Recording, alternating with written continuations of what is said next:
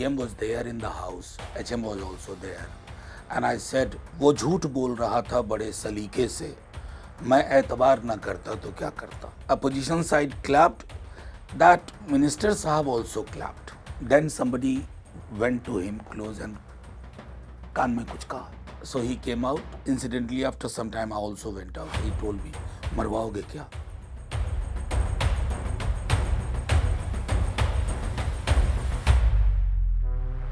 Collision इसका एक सबसे महत्वपूर्ण हिस्सा है इस किताब में. उसके अलावा बाकी इंडियन डेमोक्रेसी से जुड़े एसोसिएटेड चीज़ों पे अलग अलग दखल है, इंटरवेंशन है, आर्टिकल की शक्ल में, एसेज की शक्ल में. कोलिशन को लेकर के मेरा हमेशा से ये मानना रहा है, जो इस किताब में भी परिलक्षित होती है. India essentially is an idea of coalition of many histories pulled together, brought together, many cultures, many people, many ideas, dress, attitude, food, region, religion.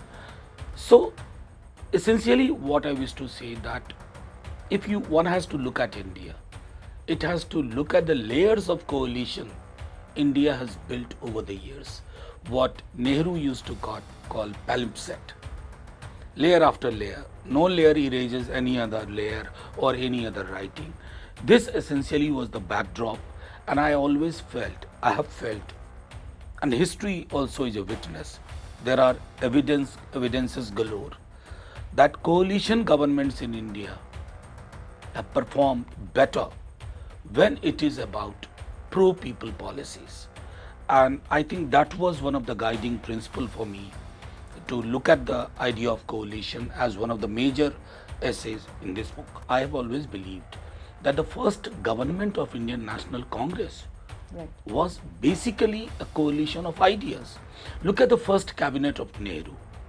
It represented people, it had people who did not agree with each other or almost 100% issues. They had differences, but they came together to write a fresh trajectory for India. Professor Manoj Kumar Jha, many congratulations on your new book. आपने coalition को theme क्यों बनाया अपनी किताब का? The book had initially different kind of mandate shape in my mind, but when the publisher and his team we started working, I think it was immediately after the Lok Sabha results. So suddenly a political party which was giving a slogan of Ab ki baar 400 par, they were reduced to 239, 40 seats and had to be dependent on erstwhile adversary at some point of time, TDP and JDU. And then we started talking about it.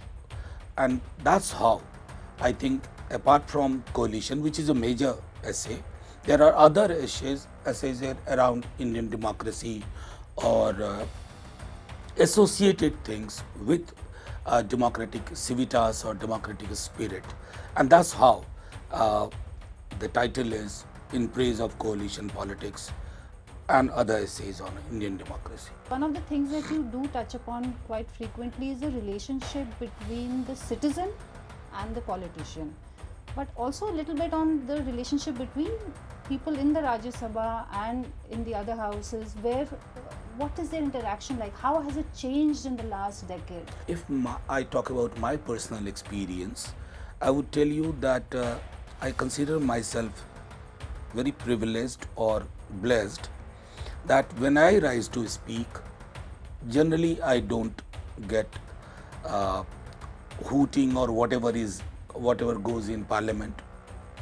So I feel I'm very lucky, but otherwise I believe the level of engagement with each other has gone drastically wrong. And I have been saying this, that political parties, whether ruling or opposition, they are two different entities, maybe with two different propositions about the idea of India, but we are not enemies of each other. So war vocabulary should not be employed while addressing the other. But I don't know why, but the war vocabulary dominates. And that's why I have emphasized on the idea of coalition. Because coalition essentially it's not only about politics, it's about how ideas converge, how ideas meet another set of ideas, how different culture, different region, different religion. That's essentially, for instance, I'll tell you, the constitution says India is a union of states. But what it is unwritten but true that India is a union of states based on the coalition of cultures, histories, religion, region, different tastes, different attitude, different temperament. That's why one of the strongest thing in favor of India is our diversity, and the coalition maintains that diversity. Do you also want to reflect on the relationship between the people and the state? From the context of federalism also, which is something you touch upon, but also between the individual citizen and the state. Now in Bihar, we are seeing that the citizenship is being re-looked at in a sense, and there's a lot of controversy around it. So has that relationship changed? I won't say that this has changed, but there is a threat on it. Not only now, but if you look back during the emergency, the relationship between the state and the citizen, it underwent change. Every totalitarian regime, and I have no hesitation in saying that the present regime has totalitarian temptation, in spite of the fact that they are working under the pressure of coalition. There is a tendency to define a citizen. There is an idea that a good citizen is one who is obedient citizen. I personally believe obedience is a virtue which should at times be seen with a critical eye. Whether it's obedient son or a daughter, or obedient faithful in front of the God, or obedient citizens. Because obedience is compliance. It takes away your critical faculty. And that's why you would find Ambedkar Sahab's words will remind you, hero worship, cult. So when the person who is heading the government and who has control over the state's organs, if he or she starts believing that he is the cult, he is the supreme. So the very way Constitution defines the relationship between the state and the citizen, it undergoes change. Now in this case of SIR, what is fundamentally, I'll not go into hundreds of criticism which I have made in different newspapers. I am a petitioner in the Honorable Supreme Court. But what is important, you are shifting the onus on the citizens. On citizenship issue, there are mechanisms. There should be an objector who questions my citizenship. There are procedures for it. But then what you are doing, you are asking me to prove I am an Indian citizen. Why I say this? Bihar is one of the most document deficient state. Right. Except for Aadhaar, which has, I'm told, 86 to 87% saturation. Rest all other documents which have been sought, matriculation certificate, residency certificate, and so on and so forth, these are not more than 18, 20, 22%. In that kind of state, in an election year, within a span of 1 month, and by September you will announce the election, and if the voter list is prepared by whatever means, it shall be frozen. So if my name is missing, I don't even get an opportunity. Mm-hmm. So, ultimately what is at stake? The idea of citizenship as defined in the Constitution, because the people who are controlling different organs in the state today, they believe they have the right and right to do it, whether it is legally tenable or appropriate, or it matches the principles of constitutional morality. That's why this is questionable. Is this also questioning of the principle of federalism? look at the bills this government brought since 2014. All the bills, if you read, they attack federal principles. There is a tendency to appropriate. I mean, without reading any bill, one point of criticism is common amongst all the bills. What is that? That it attacks the way federalism was defined in Indian Constitution, the way it has been conveyed by different judgments of the Honorable Supreme Court. And I tell you, it happens with a government which has a simple majority but has a majoritarian temptation. A majoritarian temptation is antithetical to the idea of inclusive democracy. It should have made coalition difficult, but then you must also look at yesterday, in fact, a day before, the Home Minister brought a bill in the Lok Sabha, which is likely to be sent to a joint committee of parliament. Right. That's on. Look at it, what it has done. It has played with the idea of natural law. In our legal framework, there is a difference between accused and convicted. Now that distinction is over. 30 days you are in jail, you didn't get bail, and you won't get bail with the draconian law called money laundering. So you lose your position, and it's an interference in the political will also of the people. It attacks federalism. And the unwritten part in the bill is that maybe all unwilling opposition ruled states, or even states which are being ruled by the present set of friends, but their friendship is not guaranteed. So it's a kind of sword 24/7. So then what does this mean for the relationship between, जिसे हम कहते हैं नेता और जो उनको चुनने वाले लोग हैं?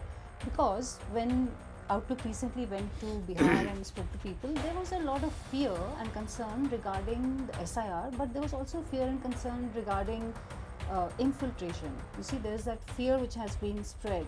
So is the social coalition weaker, or is the majoritarian tendency very strong? Majoritarian tendency was very strong, but it is meeting roadblocks in terms of people's solidarity, people's movements. It is meeting political movements. It is meeting a kind of resistance where the majoritarian ethos is finding it difficult to go ahead.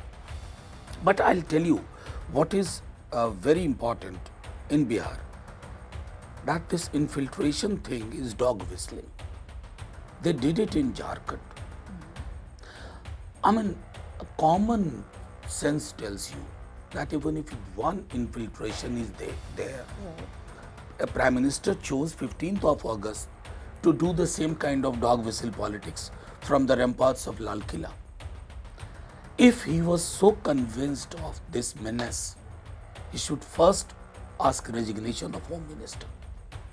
He's been Home Minister for very long. You can't keep on repeating the same dialogue, rhetorical one, in Bengal, in Jharkhand, now in Bihar. And we asked the election commissioner. In fact, certain journalists asked. They said, we don't have any data.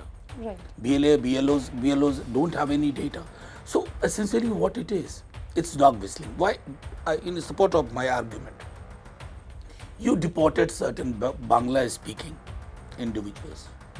You have to bring them back. That's right. Because their citizenship was proved. In haste, if you are Bangla speaking and you happen to be a Muslim, it's a straight away kind of police understanding that you should be thrown to Bangladesh. What is happening in Gurgaon, in Delhi?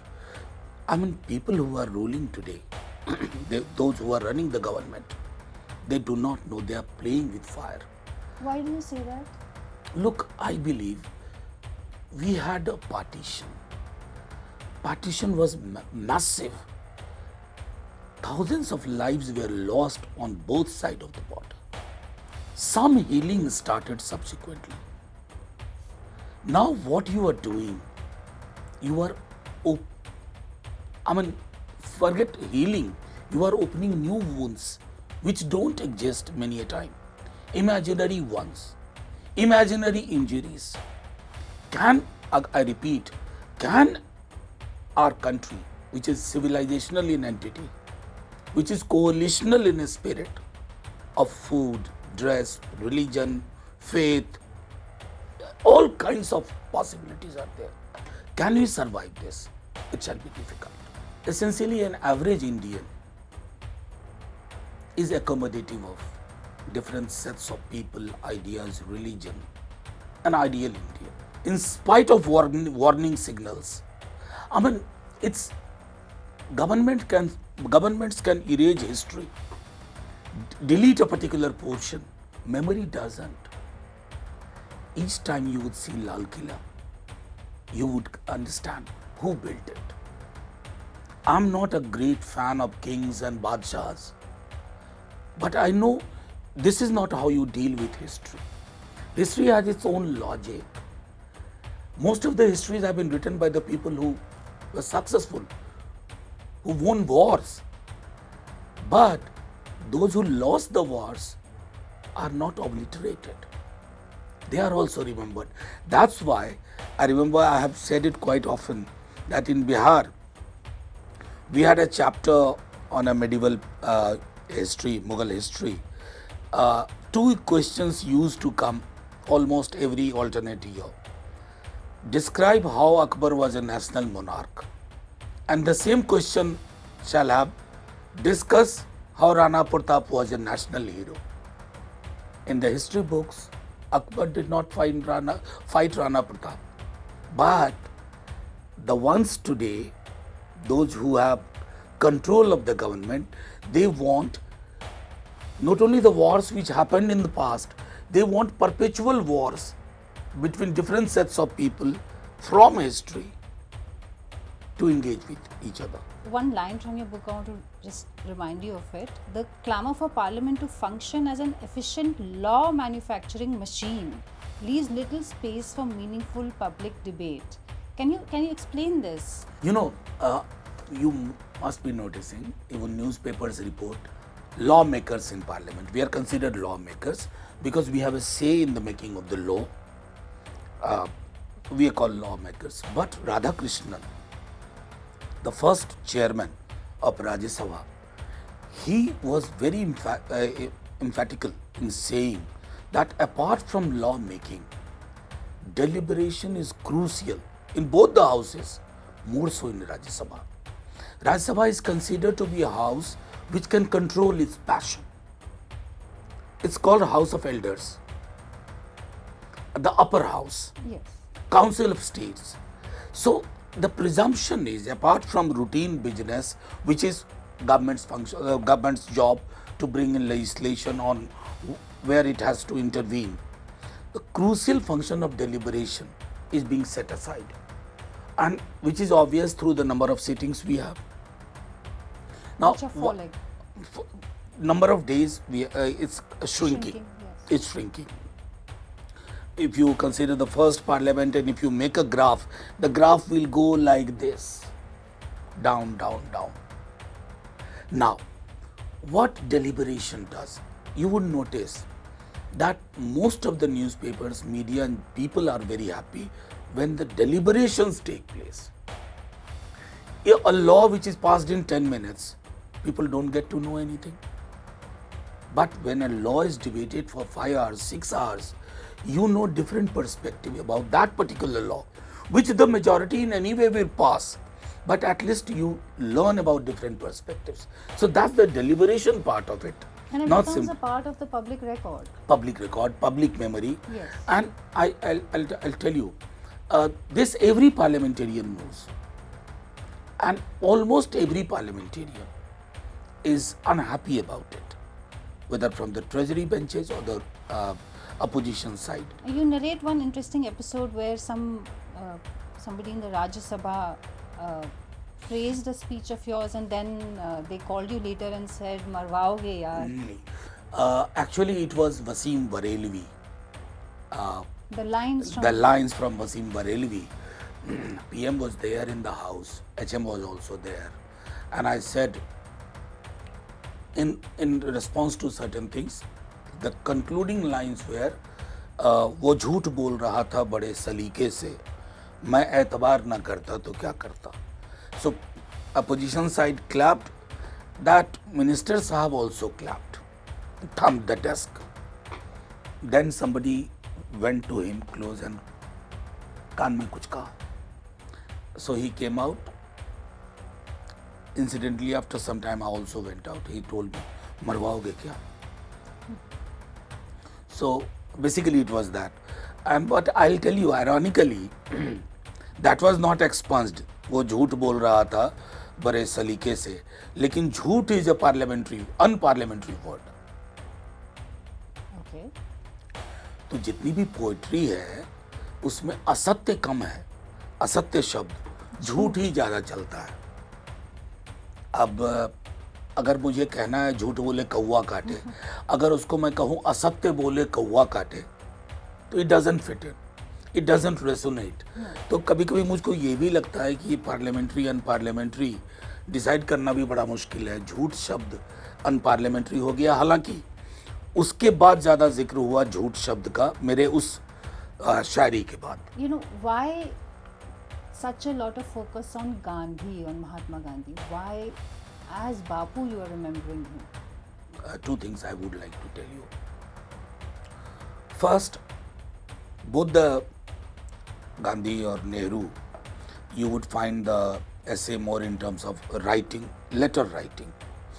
I love this genre, letter writing. I have a fondness for it. And one of the reasons I admired Nehru was the reason that he was a terrific letter writer. He used to write to everyone, every chief minister. Even one of my friend who is a professor in AIMS, he sent me a letter recently. He is doing some archival work. He sent me a letter where a ordinary girl from Western UP wrote a letter to Nehru and she got a response from the PM. Imagine a PM who was seeing what partition had done to India. So remembering Gandhi, Bapu or Nehru is also reflective of the fact that things are not well with us. अक्सर आप अपने बुजुर्गों को तब याद करते हैं जब आप परेशानी में हैं. और ये सारी चीज़ें मैं आपको बताऊं, ये लेटर राइटिंग भी मेरा, ऑल्दो आई हैव 2 daughters, मैं अपनी दोनों बेटी के बर्थडेज पे गिफ्ट कोई दूँ ना दूँ, ये मैंने उनके बचपन से उनको ख़त ज़रूर लिखा है हर बर्थडे पे. और वो बहुत व्यक्तिगत खत नहीं होता है, मतलब that letter will contain almost Nehruvian kind of thing, that what is happening around me and what is happening around the country at that particular point of time. But after 2014, when I saw erosion in institutional capacities or inclination which was not desirable amongst institutions, procedure being defied, and all with a clap, with the support of a significant majority, not overwhelming, but a significant majority. That was the time I picked up this genre once again to write about contemporary issues. There are certain letters which are not there in this. For instance, last year I imagined writing to Narendra Modi ji, our Prime Minister, from the first Prime Minister of India, Jawaharlal Nehru. Recently, while this week was going on emergency, 50 years, I wrote a letter from Jayaprakash Narayan to Modi ji.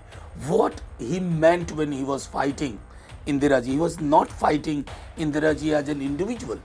He was fighting Indira ji because of her totalitarian politics, because of her dictatorial position. So if I see those kind of symptoms once again today, what do we do? Speak in Rajya Sabha, Lok Sabha, but at the same time, try looking about today through the eyes of those who were instrumental in laying the foundation of what we call idea of India. Why would young people be interested in reading a book of essays? Look, I'll tell you, if I remember, Because a lot is written on India all the time. We seem to do that quite a bit. But what is it that you think will stand it in good stead with a younger audience, being a professor? there is a general tendency of uh, reading text by this generation, less of it. But I also believe that this tendency of this generation is being challenged by many from within the generation. And somewhere, once people are able to see that what post-truth has done or alternative truth has done to their life, their politics, they shall reverse it, and I can see that change happening. Maybe it's a bit slow, but a day will come soon when people will realize that you cannot understand the world without reading the printed word.